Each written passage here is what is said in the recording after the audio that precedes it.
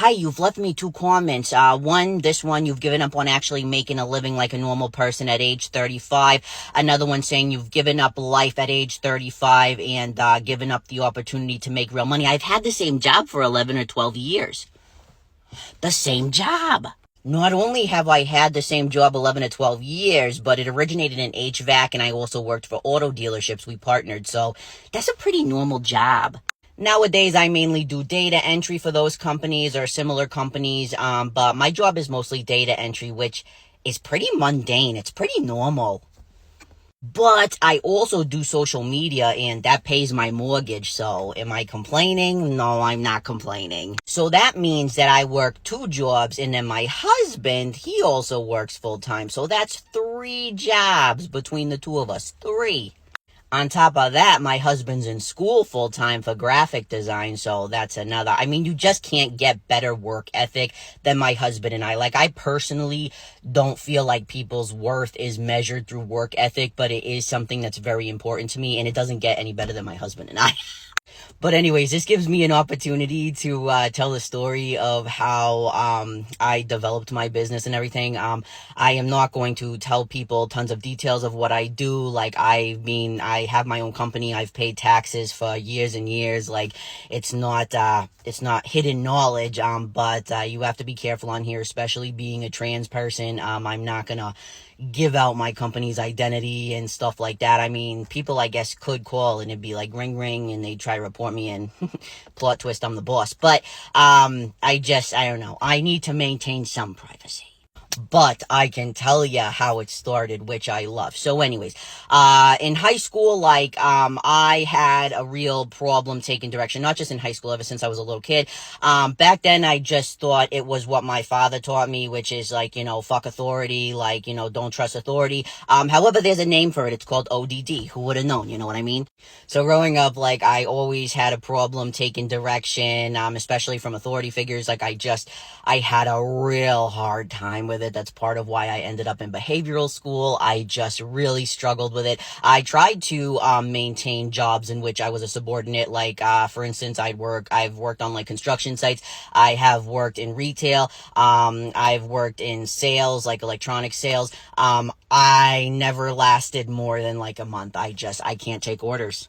So I knew I needed to find a way to maintain employment, but I had to do it in a way that worked for me. And working in retail, working in any type of service industry, even in construction, nothing was going to work for me taking orders. I can't excel in that area. But what I do excel at is I'm very well written. So I need to find a way to capitalize off that.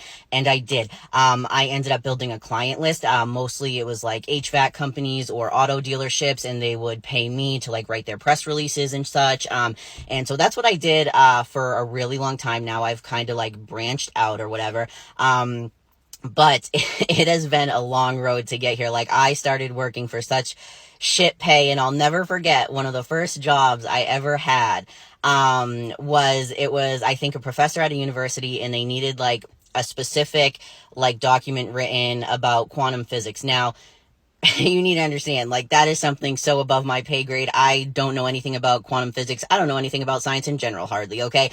And I did so well that I ended up getting tipped triple what the job was worth. I was so proud of myself, and that motivated me to keep going, even though I was working for shit wages. I saw that damn, I have a lot of potential, and I maintained a 5-star rating until I started my transition. Because listen, so what usually people in my field, what we do is we contract with bigger companies, and they have their own clients who they contract us out to. And so one of my biggest contracts, they found out that I was trans because I had to submit my documentation, my changes in my tax, information, everything. And so they ended up withholding my pay. It's a huge story. Oh my God, the things they accused me of, it's so funny. I ended up getting a lower star rating, not from a client, but it was from a higher up. And I thought, that's so bizarre because I've never gotten them. And what's even weirder is the client reached out to me and was like, oh my God, I love your work. And I'm like, wait a minute, that doesn't make sense. That doesn't make sense because the higher up rated me not good, but you're saying my work was great and they wanted to rehire me.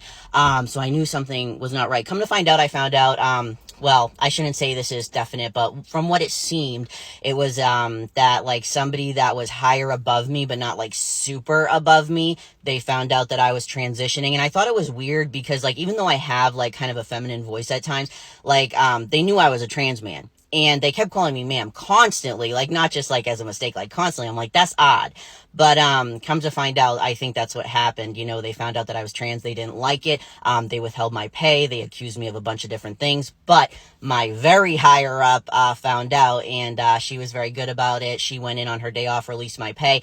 But I fought hard. I fought hard to maintain my reputation and to maintain, running a good business, and it's still running, and I'm doing a good job. And not only that, but if that ever like fails and falters, you know what I mean? I have social media. So, I have done extremely well for myself. Also, if this comment is in reference to tattoos, God, please, it's 2023. Doctors have tattoos. When I go to my son's appointments, like the receptionists have tattoos. Like, what are you living in? What year? What year, babes? What year?